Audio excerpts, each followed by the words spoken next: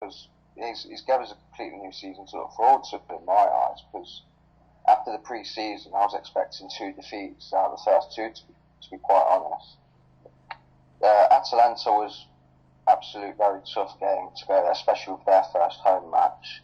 Palermo, I'm not so sure, as in their opening game. They got destroyed by Napoli, so there was no excuse to not get 3 points against Palermo. But I think Chievo will be a test for us.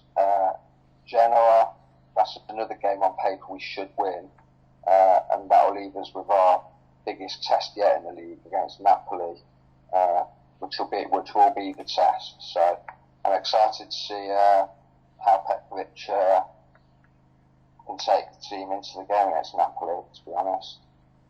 Go ahead, Cash. Continue on with hopefully some optimism. Well, last time around I was pretty optimistic about Petkovic, more optimistic than I usually am. I think actually Ben once in the forum wrote that I must be the most negative person he's ever read his posts off. I'm not Sorry, sure it was, but no, that's fine because I am usually very, very negative. But I'm trying to keep my spirits high this summer with Petkovic, even though somehow trying to look past everything that deals with what's going on around the club and Lotito and all of that. I know it's hard to not get depressed by that, but if we look at what Petkovic is doing with the team and what's going on right now, what I was always asking for under Raya was, try to be a bit creative, try to be a little bit more attacking when the chance is given, trying to be a bit more optimistic on the pitch. And I think that's what we've seen. Not that I think that we've played some brilliant football, but I think that rather than settling at 1-0 against Palermo, we tried to get the second and the third. Then towards the end of both games, he subbed in players that if it was Ray, I would be going berserk. It's been Scaloni and defenders in general. But I think overall it's a pretty optimistic situation on the pitch and with the team and with the players. But looking at the number of season tickets, looking at the general atmosphere around Lazio, in Rome, outside Rome, not as optimistic, but on the pitch I think it looks pretty nice. I think you make a great point in the sense that just be a little bit more optimistic. If we go down losing games 3-2, 4-3, high-scoring games where we really gave it a good goal, I still think the excitement will still be there. I think people just want Lazio to just try a little harder, be a little bit more risk-taking, and I do believe that Petkovic has this MO to do that. Cathal? Yeah, I do. I mean, so far so good really this season, but it's definitely went in the direction I thought it would. Really, reason being that I think the 2 teams we've had to play against so far are 2 teams that could struggle this year. Atalanta, the simple reason that, strangely enough, they'll probably lose a bit of motivation this year, seeing as they don't have as big a points deduction to overhaul, so there's not as much of an emphasis on them to start the season as well as they had to last year. And I think they kind of turned into a display that suggested that. And I think Palermo, we've had a bad Mercado, we haven't gotten the players in the positions that we wanted to. They were hammered by Napoli, and they probably put in some of the worst defending I've ever seen in my entire life when they played against us. I actually don't think we played as well as many people on the forum, for example, said we did against Palermo. I mean, some were saying it was one of our best matches for years. I don't see where. I think we had times we looked better against Mura, even though we were playing a far worse team. I think there were some things we did in those games that we didn't do against Palermo. So it's hard to judge because of the teams we played so far. It's hard to judge because it's so early in the season. Of course, still 36 games left in the league, never mind the Europa League ties. And it's hard to judge because mainly we haven't had a setback yet. And I expected Petkovic to be quite smart tactically, to be quite forward-thinking and aggressive with his playing. He's proved to be that. But I have no idea how good the guy is going to be in a situation where he really needs to motivate his players, where we're in a crisis.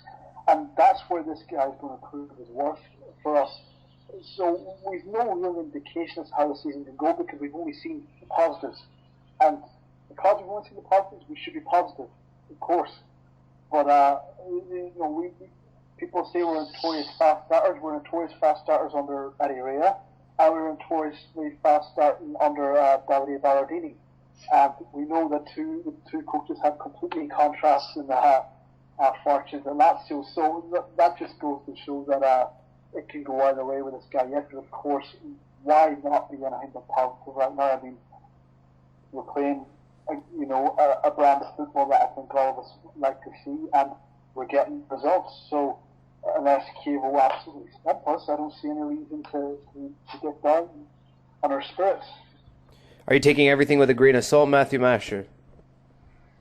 Of course, Michael. I mean, that's all you can do.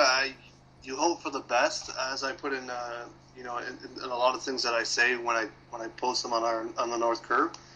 That's all we can do with the team and the way they play. And it's true, we are notoriously fast starters. We've come out the gate with really good records within the first 10 games.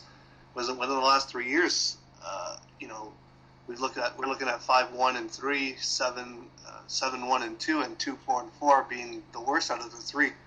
But I mean, we really come out the gate hard. We come out within the first 10 games looking relatively strong. Am I concerned? No, I think we have.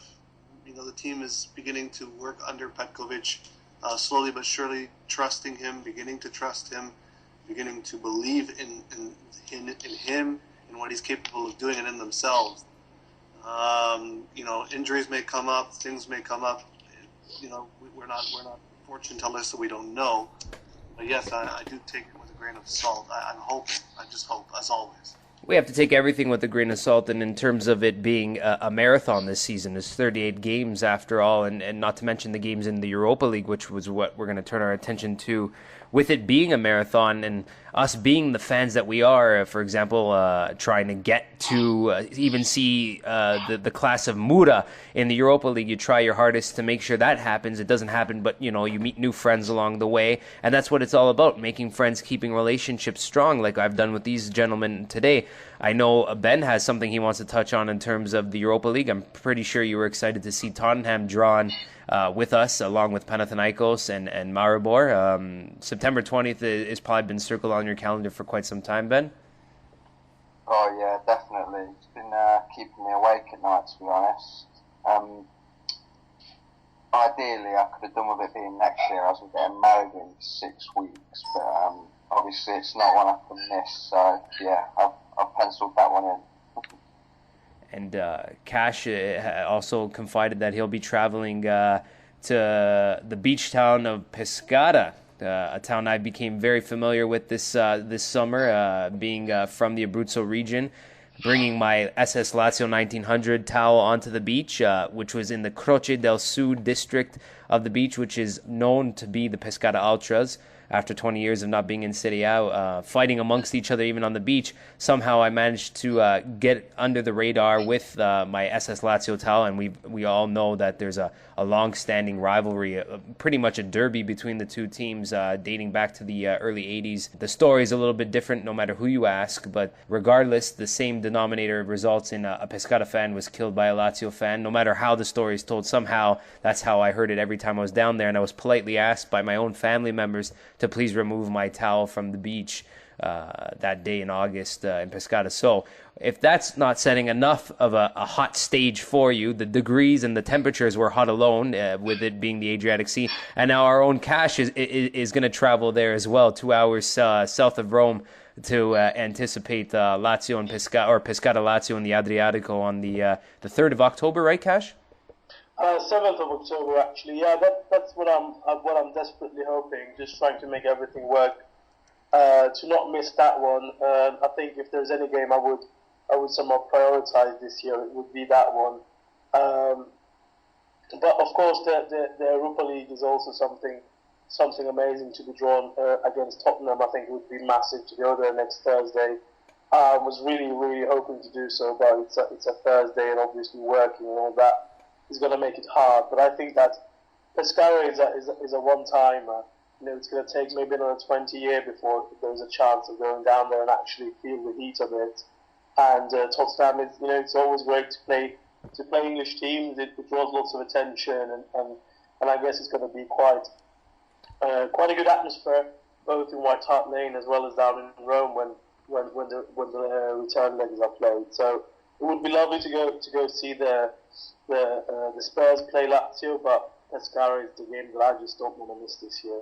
And what we should be mentioning, and not to get downhearted, because I know some people even said on the forum they were jealous of the sort of once-in-a-lifetime opportunity that I had the privilege of going to with Formello, but it's really open for all to go, and the Lazialità, it all starts from within you, wherever little part of the world you are, whether you never get a chance to go to Rome, but if you support from wherever you are, do it in the way that makes sense to you. Don't kill yourselves doing it.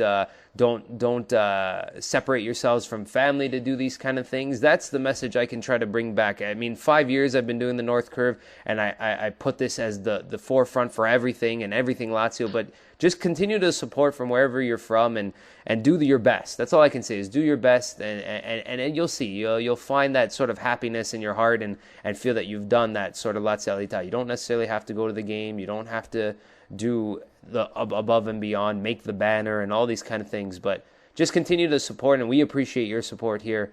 On behalf of everybody, I'd like to thank everybody for being with us as usual. Hopefully the next time we talk, it'll probably be another hot sort of topic. It'll probably be closer to the derby in early November, and everybody will be back from going to watch Lazio, Ben and Cash, for example, and they can give us their own sort of personal take on how those things went. Any last concluding thoughts from anybody before we let anybody go? Cathal, did you have anything to conclude in? I know you're never short for words, right? Right. No, I mean, I'm kind of keeping tight-lipped about this season and about the team in a way because I'm cautiously optimistic and going to look forward to how it unfolds, and hopefully the next time we're all together to the next episode we have the same level of positivity. I mean, if we have that, then we're doing something right. So that's all I really want to say is I just hope that's the way it will be. Cautiously optimistic. That's a great way to conclude. From Matthew Masher, Cathal Mullen, Kashar Kashefi, and Ben Lawley, I just want to thank everybody for being with us. Another edition of the North Curve is concluded, and we'll see you in a few months' time. Thank you, Michael. Thank you, Michael. Thanks a lot.